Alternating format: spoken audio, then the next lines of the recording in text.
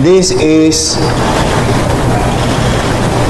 the flood control project done in the city of Manila 2022, 2023, 2024, and 2025, amounting to more or less 14 billion done in Manila. So most of it finished already. Bumaha ng pondo sa Maynila, bumaha pa rin sa Maynila. Now, itong lahat ng ito ay walang permit sa lungsod. Yes, we are investigating them, and they are also being investigated by the Office of the President. But that is the thing of the past. Sad to say, ulitin ko, bumaha ng pondo sa flood control sa Maynila, amounting to 14 billion, and yet the people of Manila and those people studying, working, doing business, going in and out of Manila continue to suffer with the flooding.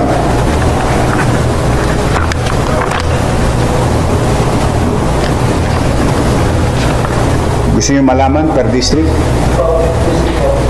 Per district?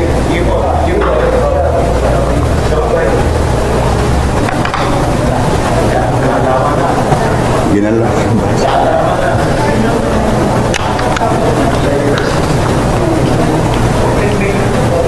District 1, 3.4 billion. District 2, 2 billion and 59 million. District 3, 4.2 billion. District 4, 1.3 billion. District 5, 1.1 billion. District 6, 2 billion and 60 million.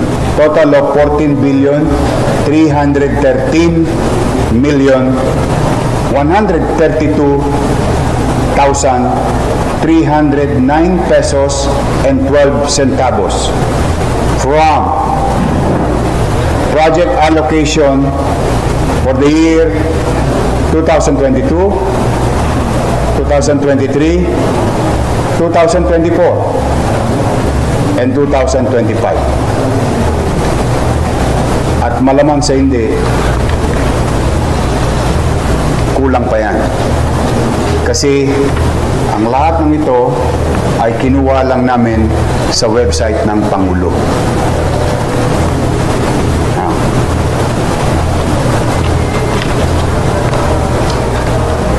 Yun ay nakaraan.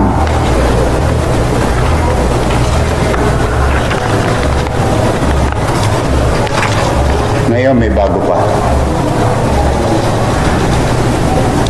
112 new ongoing projects without permit, without paying regulatory fees for the local government of Manila. Particularly contractor's tax.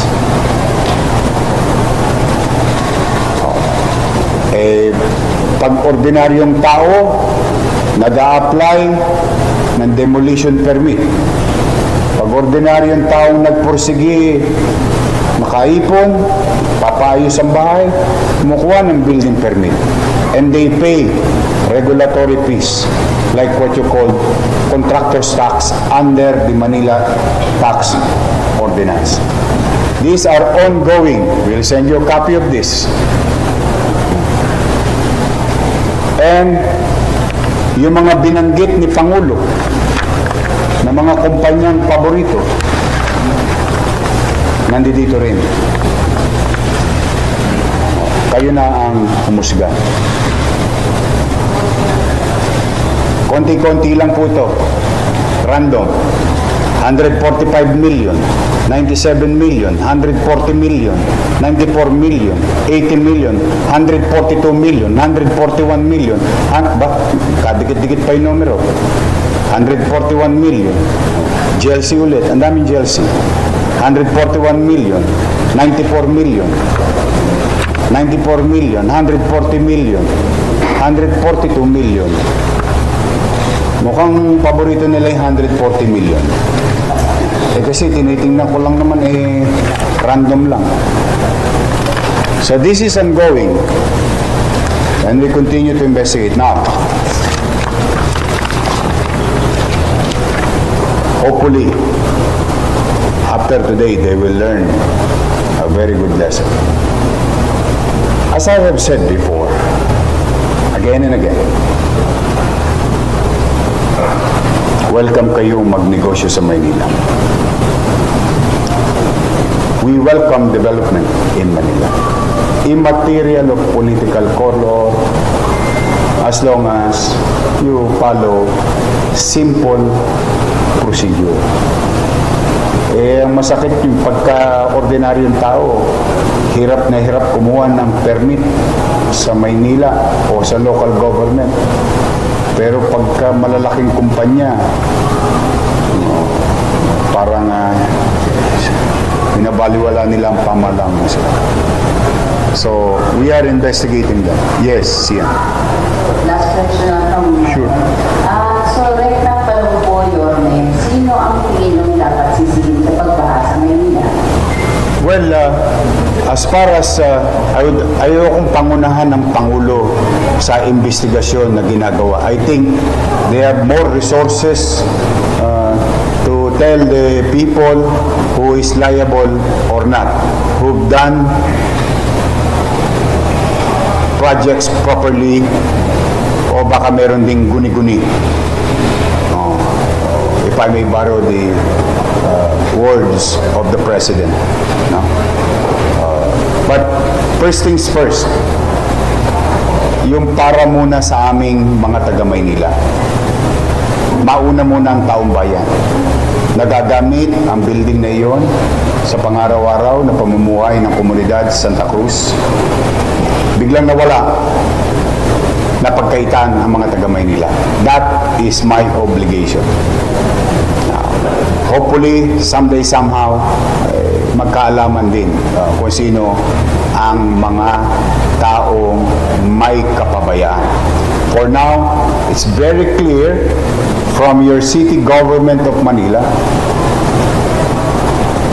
that there is liability on the part of the contractor.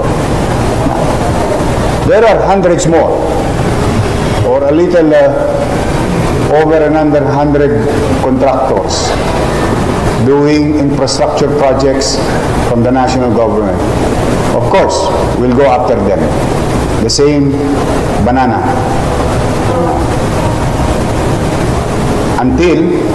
Unless they follow the local government code, provision of it, and other existing laws, like the National Building Code, and other ordinances, local laws of the City of Manila. Now, gusto ba namin silang sampahan lang ng kaso? Hindi po. Kaya lang, parang gusto nilang parang siguro nasanay silang walang umahabol sa kanila. Ngayon, I think they should learn their lesson very well. Welcome silang kumuha ng permiso sa Maynila at magbayad ng obligasyon sa siyudad ng Maynila. We will welcome them, each and every one of them, if they follow procedure. Sir, good morning po. Katulad sa mga po from TV5. Just going back to sa Shelby Construction, ano po ba supposedly yung itatayo nila doon sa Centro Comunidad de Santa Cruz. Multipurpose daw. Multipurpose hall. But sir, sino po yung nag-approve? DPWH. DPWH. Without budget. Why? Because this type of projects is one of those under FLR for later release. Para sa mabilis na pangunawa ng ating mga manunod, this project is subject to approval of the Office of the President. In the absence of such, it should not be done. Sir, itong Chelsea, meron din silang flood control project po. Meron din. Marami rin. Ano po yung mga district po itong ginawa? Halo-halo. Kompleto na po. Bibigay ko sa iyo mamaya yung kopya. Pero sir, sino po yung nakikita niyo yung local official po na most likely involved or may awareness about this flood control project and ito rin po yung sa pag-demolish na wala namang kapulang permit? Yes, we are now investigating also other local government official of the past. Because it was started May 2022, immediately after the election. I assume July 1. Sir, dun sa Chelsea. sorry. Dun sa Chelsea, yung kanilang flood control po dito so far in your observation, are they working or hindi sila usable at all? Well, I don't have to be an engineer or kahit sino man taga Maynila, hindi kailangan maging ininyero or mathematician. 14 billion worth of flood control project, o baha pa rin naman. So, isa lang ibig sabihin, hindi effective. Now, again, if I may borrow the words of the President, palpak. Baha pa rin. So sir, safe to say that Chelsea is one of the top contractors po na gumawa ng flood control here in City of Manila. As per records.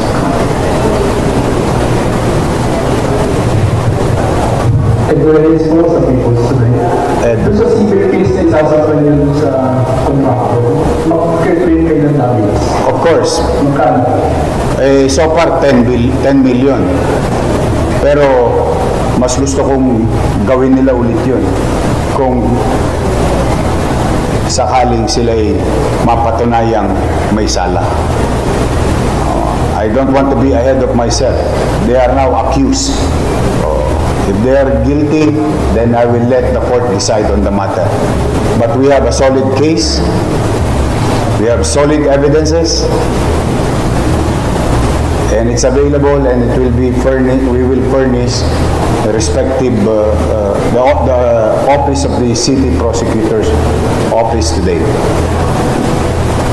Kung sakali po sir na makakuha sila ng permit, o pag-proceed sila kuha ng permit, makikita rin ba yung proyekto? We'll cross the bridge when we get there. Any questions?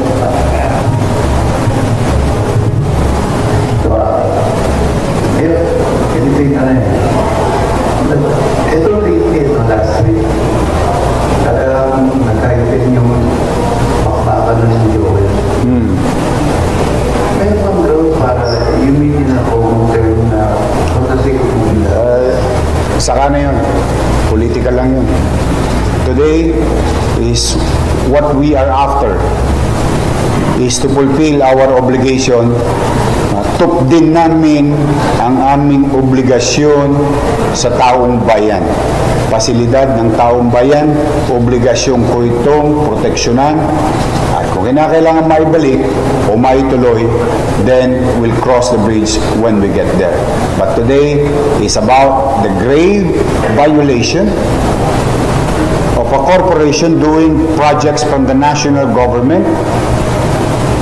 And today, the start of new beginning that showing to all contractors that we really mean business and we wanted to put a dot on everything today.